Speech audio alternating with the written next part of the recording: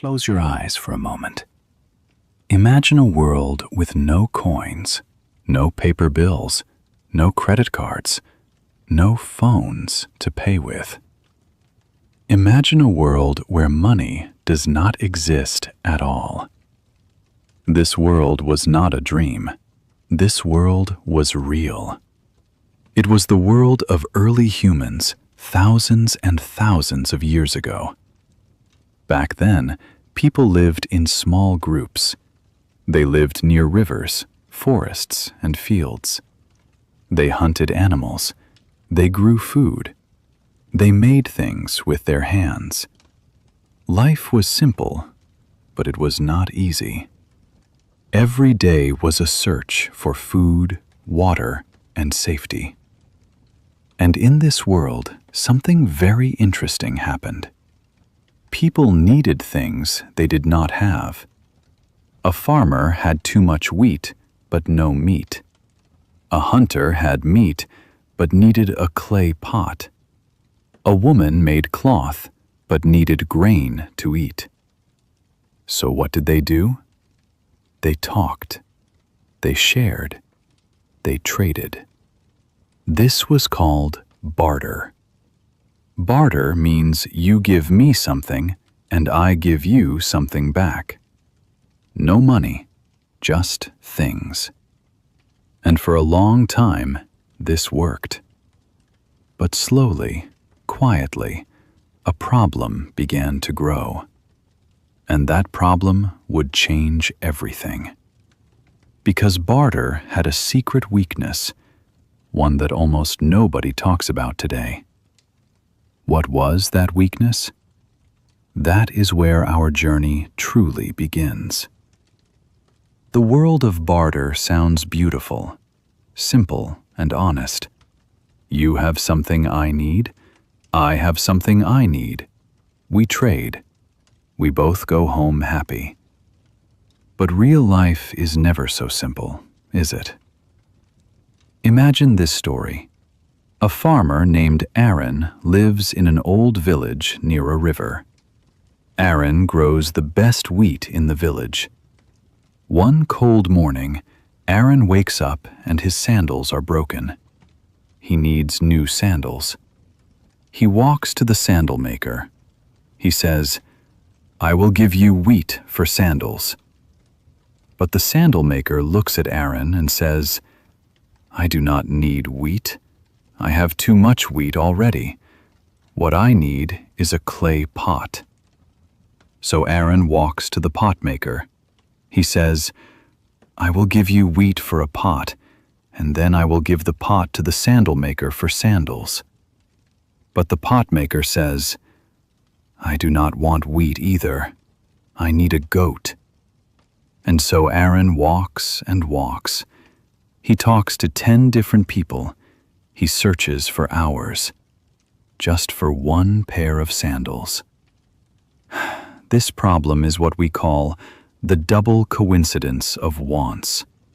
It means two people must each want exactly what the other person has at the same time. This was very hard. It was slow. It was frustrating. People began to feel that something had to change. The world needed something new, something that everyone could use, something that everyone would trust.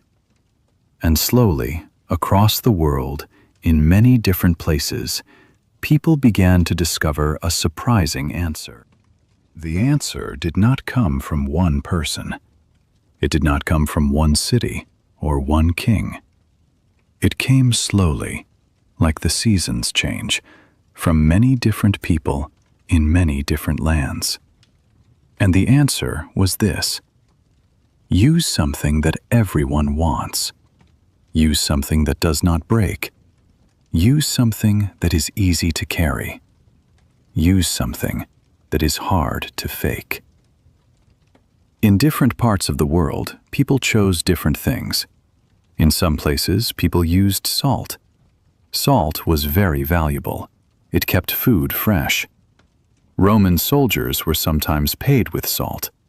That is where the word salary comes from. In other places, people used shells, small, beautiful shells from the sea. In China, cowrie shells were used as money for thousands of years. In some cold lands, animal skins and furs were used. In parts of Africa, cattle were used. In Mesopotamia, the land between two great rivers, people used grain and silver in measured amounts. And slowly, through this long discovery, people began to understand something very important. Money is not a thing. Money is an idea. Money is trust. If everyone agrees that shells have value, then shells have value. If everyone agrees that a piece of metal has value, then it does. And this idea, this simple but powerful idea, was about to take a new and beautiful form. Something was coming that would travel across mountains, deserts, and oceans. More than 2,600 years ago, in a small kingdom called Lydia, in a land we now call Turkey, something extraordinary happened. For the first time in history, a government made small, round pieces of metal and said, "These have value. Use these to trade." These were the first coins. The Lydian coins were made from a natural mixture of gold and silver called electrum. Each coin was small and heavy. Each coin had a symbol stamped on it, the symbol of the king. And that symbol meant something powerful. It meant, this coin is real. This coin is trusted. This coin is official. The idea spread quickly. Traders carried these coins across the Mediterranean Sea. Greeks made their own coins. Persians made theirs. Romans made theirs. And with coins, trade became something new. A farmer could sell wheat to anyone. He did not need to find someone who wanted wheat. He took his coins and later bought what he needed. Coins made markets bigger. They made cities richer. They helped armies buy food and weapons. They helped artists, teachers, and builders get paid. The world moved faster. And for centuries, coins were money. But coins were heavy. Carrying 1,000 coins was difficult and dangerous. The world was growing. Trade was growing, and soon a new question arrived. Was there a lighter way? The answer to that question came from China. More than 1,000 years ago, during the Tang and Song dynasties, Chinese merchants had a clever idea. They did not want to carry heavy coins across long distances, so they left their coins with a trusted person, a kind of early banker. And that banker gave them a paper receipt, a piece of paper that said, "This person has coins. Trust this paper." And so, paper money was born. Later, Chinese emperors made this official. They printed paper money for the whole country. Paper was light. Paper was easy to carry. One small piece of paper could represent hundreds of coins. It was a wonderful idea. But it came with a danger. With coins, the value was in the metal itself. You could feel the gold and silver. But with paper, the paper itself was worth almost nothing. The value was a promise, and promises can be broken. In China, some rulers printed too much paper money. Too much paper, not enough gold or silver behind it. Prices went up and up. People lost trust. The paper became worthless. This lesson, print too much, trust disappears, is one that the world would have to learn again and again. And yet, paper money traveled west. European traders heard about it. Slowly, over centuries, banks in Europe began to print their own notes. The world was changing, and this change was only getting bigger. By the 1600s and 1700s, banks existed across Europe. These were not the same as the banks we know today. They were buildings of stone and wood, quiet and serious, where rich families kept their gold and silver safe. When you gave your gold to a bank, the bank gave you a paper note. That note said, "Come back any time, and we will give you your gold." These notes began to travel. People trusted them. And slowly, people used these notes to pay for things without ever touching the gold. This system had a name, the gold standard. Every paper note had gold behind it. Every promise was backed by something real. It felt safe. It felt honest. And for a long time, it worked. Countries grew rich. Trade across oceans expanded. Empires were built. But there was always a tension, a quiet pressure in the system. What happens when a country needs more money than it has gold? What happens during a war, when armies need payment and food and weapons? The gold standard began to show its limits. In the 1900s, two terrible world wars shook the earth.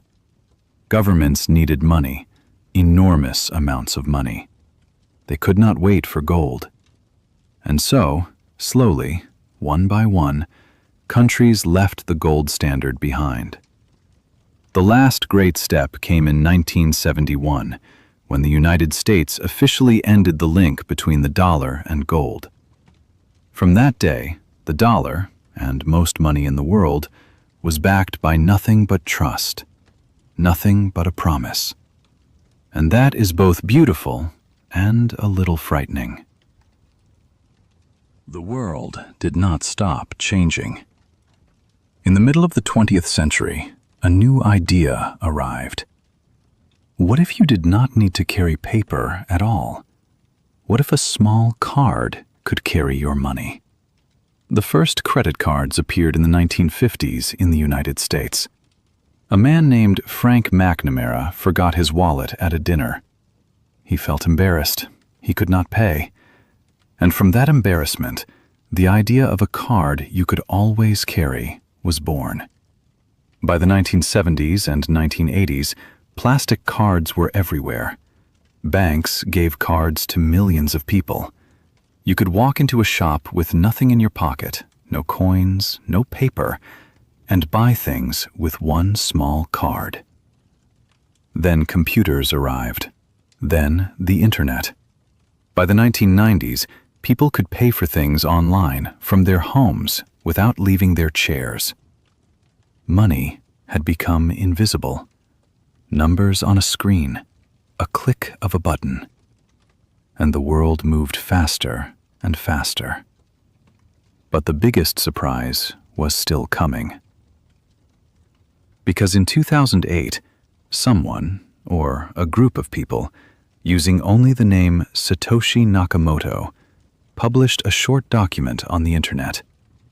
That document described a new kind of money, a money with no bank, a money with no government, a money that lived only in computers and mathematics. And the world would never look at money in quite the same way again. The name of this new idea was Bitcoin, and it was unlike anything the world had seen before. Most money in the world is controlled by banks and governments. They decide how much money exists. They decide the rules. But Bitcoin was different. Bitcoin was built on something called a blockchain.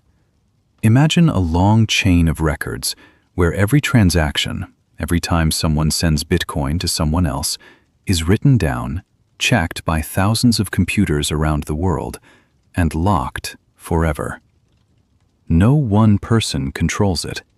No one can change the records. No one can print more Bitcoin than the system allows. It was a radical idea, and for many people, it felt exciting. It felt like freedom. The first real Bitcoin transaction happened in 2010. A programmer named Laszlo Hanyecz paid 10,000 Bitcoins for 2 pizzas. At that time, 10,000 Bitcoin was worth about $40. Those same 10,000 Bitcoins, at their highest price years later, would be worth hundreds of millions of dollars. Bitcoin grew slowly, then suddenly. Other digital currencies followed: Ethereum, Ripple, and hundreds more. People called this new world crypto. Some people became very rich. Some people lost everything. Governments worried. Banks worried. Because if people trust a digital currency more than a paper one, then what is money anymore? This question sits at the center of our modern world, and the answer is still being written. There is one last thing to say, and it is perhaps the most important. The history of money is a story about people. People who faced problems and looked for answers. People who made mistakes and learned from them. People who trusted each other or broke that trust. People who dreamed of something better. In every era, money changed because the world changed. And today, the world is changing again. Digital payments, cryptocurrencies, central bank digital currencies. These are not just technology. They are the next chapter of the oldest human story. The story of how we work together. The story of how we trust each other enough to exchange something real for a symbol, and believe that the symbol will hold its meaning. That is extraordinary when you think about it. And you, as someone learning English, are part of a similar story. Language is also built on trust, on shared meaning, on the agreement that these sounds, these letters, these words mean something. Every story you listen to in English, every word that becomes familiar, every sentence you understand a little more clearly, that is you building your own kind of value, something no one can take away. If this story spoke to you, if you felt the journey and wanted more, then come back. Leave a comment below. Tell us what you discovered, what surprised you, what you want to learn next. This channel, Storyline English, is here for you. One story at a time, one lesson at a time. And the next story is already waiting.